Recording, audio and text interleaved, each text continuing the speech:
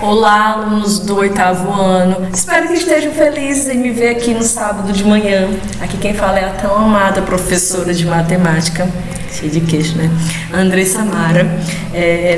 Como prometido, nossa aula de sábado será uma revisão dos conteúdos que a gente viu até o momento, certo? Será uma explicação rápida, só uns relembras, só para a gente poder refrescar a memória e assim fazer a nossa atividade com plena convicção. Combinado? Bora lá! Vou abrir aqui o slide da nossa aula de matemática. Bom, nós iniciaremos o nosso assunto sobre o conjunto de números inteiros. Tá bem fresquinho que eu sei. Nessa semana a gente já entrou de novo nesse assunto, certo? Só para dar um relembrado do que são os números inteiros. Os números inteiros, gente, eles são formados por números positivos, pelo zero, e por números negativos. Só uma coisinha para refrescar a memória, gente. O zero é o nosso ponto de partida. Tá aqui, ó, a setinha dele. Embaixo dele, é o nosso ponto de partida. Quando é para o lado direito do zero, os números são positivos. Quando é para o lado esquerdo do zero, os números são negativos. Tenho certeza que está bem fresquinha na memória de vocês. Aqui nós temos algumas regras de sinais para as nossas 4 operações: adição e subtração, multiplicação e divisão. A gente viu que tanto a adição quanto a subtração, quando nós vamos resolver, as regras de sinais servem para as duas operações. Assim como as regras de sinais da multiplicação e da divisão também servem para as duas. Vamos logo aqui só observar o nosso quadro roxo aqui, que é sobre a adição e a subtração, que ele deixa bem claro.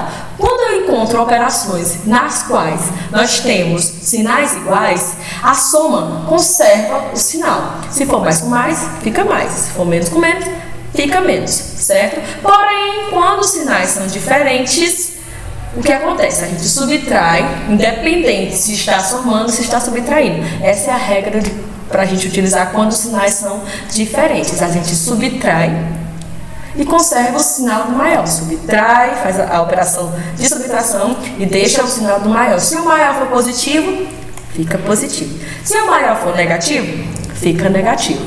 Agora aqui no nosso quadrinho rosa, nós temos a multiplicação e a divisão, certo, gente? O que acontece quando eu me deparo com uma multiplicação ou com uma divisão que tem sinais iguais? Sempre será positivo. Se for mais com mais, sempre será mais. Se for menos com menos, vai ser mais também o resultado, certo? Eu estou falando dos resultados. Professora, mas tem uns sinais entre parênteses e tudo. Você tem que fazer a eliminação de um deles. Colocar esta regra em prática para poder eliminar os parênteses. Só relembrando. E quando os sinais são diferentes, o resultado vai ser negativo. Sinais iguais, resultado positivo. Sinais diferentes, negativo. Fácil, né? Meu Deus. Aqui nós iremos falar sobre a bissetriz, né? Aquela retinha, aquela semi-reta, que ela é traçada de um vértice até o seu oposto. Tá aqui, ó. A bissetriz. Peguei esse vérticezinho aqui, ó, tracei, fui para o oposto dele, oposto, na direção contrária, certo? E o que aconteceu? Ele dividiu um ângulo em 2 ângulos congruentes. Quando eu falo de ângulos congruentes, estou falando de ângulos que têm a mesma medida, de ângulos iguais, certo? Opa, só um remember aqui de novo, gente. Quando eu estou falando de ângulos iguais, se aqui no alfa mede 30, aqui também vai medir 30. Como eu disse, antes de existir a bissetriz, aqui era só um único ângulo. O que aconteceu? Eu dividi com a bissetriz, eu dividi o valor desse ângulo. Combinado? Vamos aqui agora para a classificação dos triângulos, que foi assunto assim marcado na nossa matemática 2. Nós temos aqui quando o triângulo tem todos os lados diferentes, ó, é só observar os pontinhozinhos, os tracinhos em cada lado. Ele é classificado como triângulo escaleno, todos os lados diferentes, triângulo escaleno. Já aqui embaixo, quando os ladinhos são 2 lados iguais e um diferente, que é esse aqui de baixo, que é o diferente, nós temos um triângulo isósceles. Já aqui embaixo, nós temos todos os lados iguais. Entenda, eu estou falando só de lados, não estou falando de ângulos, não estou falando de medidas nenhuma. Eu estou falando de todos os lados, certo, gente? Das medidas dos lados, desculpe. Então, quando todas as medidas de um triângulo, cada ladinho desse é igual, é um triângulo equilátero.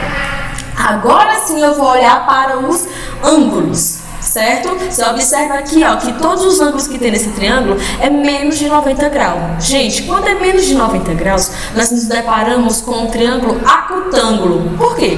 Porque ele não chegou a 90 e não passou de 90. Então, ele ficou classificado como um triângulo acutângulo.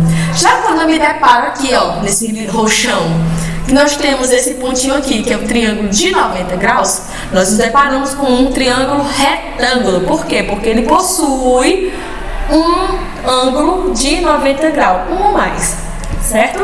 Por fim, nós já falamos do que tem menos de 90 graus, que é o acutângulo. Nós já falamos do que tem 90 graus, que é o retângulo. E nós vamos falar dos que tem mais de 90 graus, que é esse caso aqui, ó. Fica um triângulo bem esticadão, que é o obtusângulo.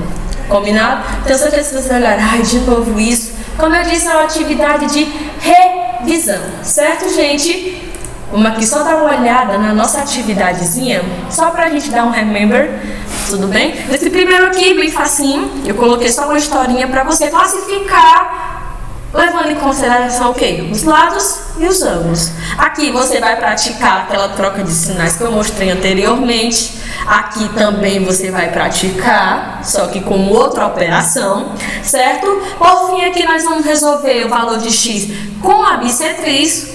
Relembra, a bissetriz partiu o ângulo em dois, com duas medidas iguais. Aqui nós vamos nos deparar com um conjunto de números inteiros, onde você vai colocar na ordem. Combinado?